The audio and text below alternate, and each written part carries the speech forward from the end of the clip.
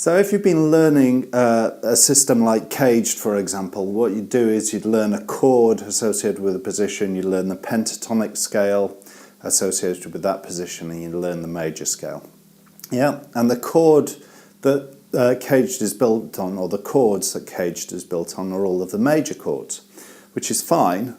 But it's also worth learning each minor chord associated with each position as well. And that's what I thought I'd focus on this week. So what we're going to do is we're going to play a chord in the position, and then we're going to play the pentatonic scale that sits on top of it. Now, also what's useful to do is to understand how to track your chord changes as well. And we're going to do this in a really simple way. We're just going to use a 12-bar blues progression, a minor 12-bar blues progression, and we're just going to focus on the chords associated with each chord in that 12-bar blues.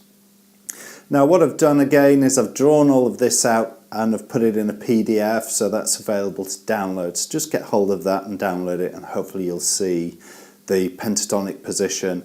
You'll see actually I've drawn out the arpeggio associated with that position as well, so you should be able to see within the arpeggio the actual chord that I'm playing. But I find it useful to be able to flip between the arpeggio and the chord. But anyway, let's zoom in. I'll show you what I'm trying to do, and hopefully it should all become clear.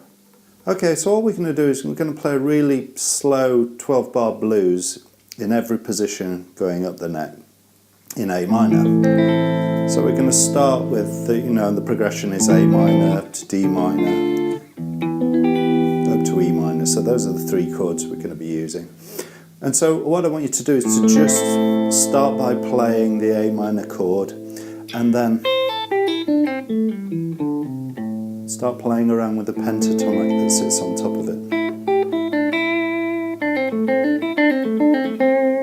In this case it's our favourite, the first position of the pentatonic scale.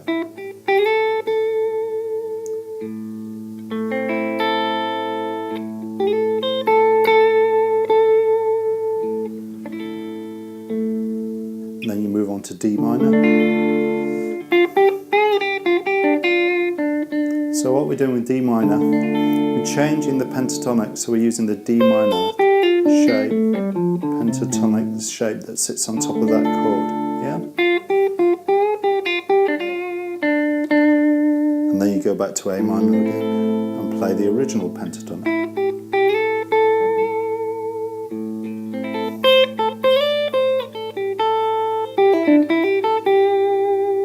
And then you go to E minor. And in this position, the E minor chord is a pretty ugly one to play, actually. It's kind of like a C sharp, C minor chord, which is really stretched out. The best way of doing this is just take a few notes. Just take those inner three notes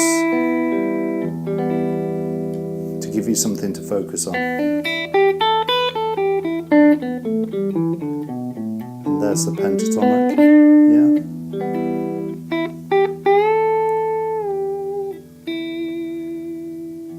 And then you move on to the D minor.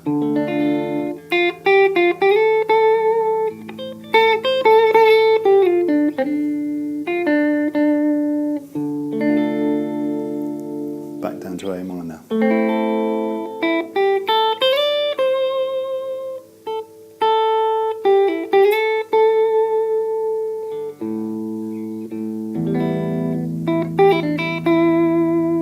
And then change position. So the next position up, your chord is going to be a bar D minor chord up on the 7th fret.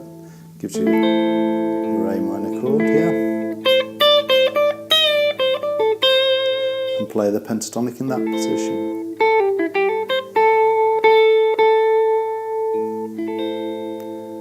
To D minor.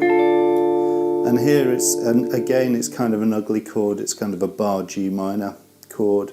So all I do is I just play the top three notes with an open D, and that gives me my D minor sound.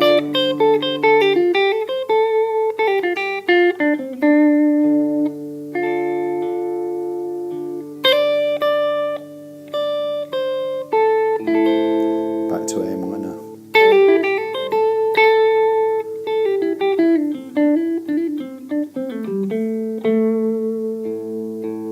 And then you can go to E minor, for example.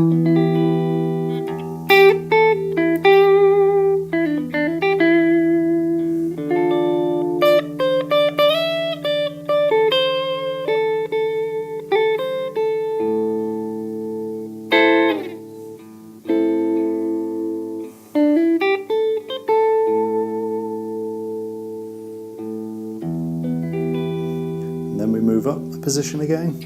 So again, I just play those inner notes for the A minor chord just there.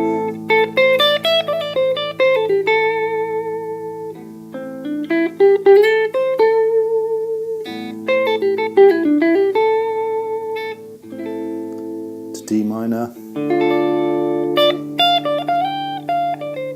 So I'm playing the D pentatonic up on the 10th fret, yeah. Back to A minor.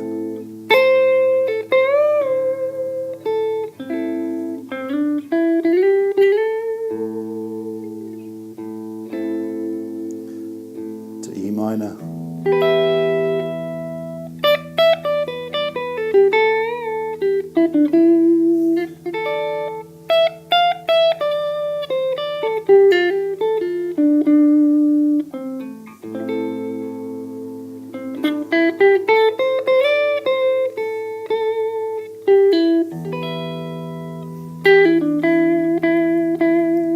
And then change your position again.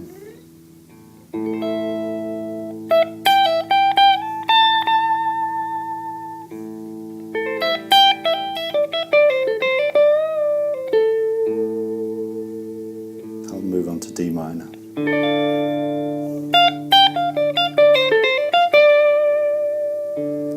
Down to A minor.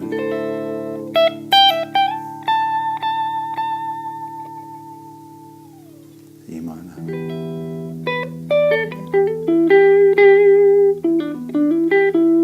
D minor.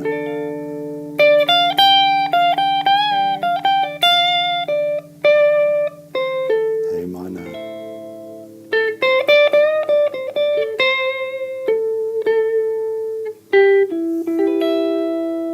E minor, yep. And then change position again.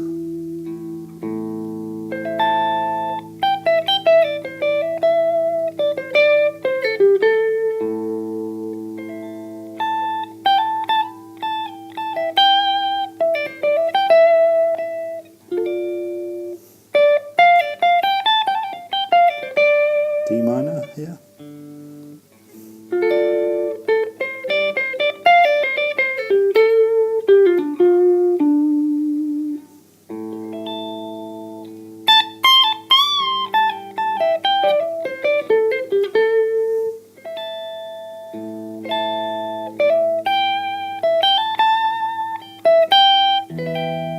E minor.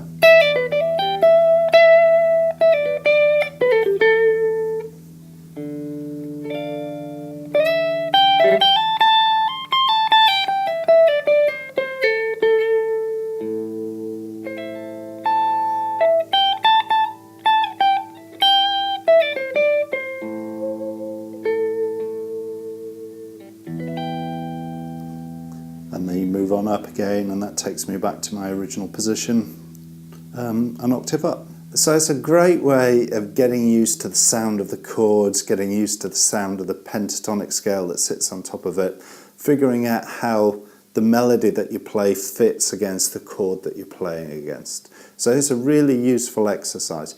And of course, I've focused on minor chords here. You can do exactly the same thing with the major chords associated with each pentatonic position as well.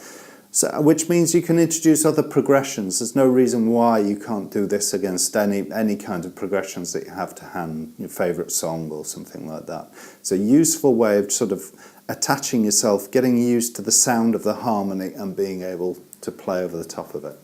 So anyway, as I say, there's a PDF attached to this video, so just download that, and otherwise we'll chat next time. Goodbye.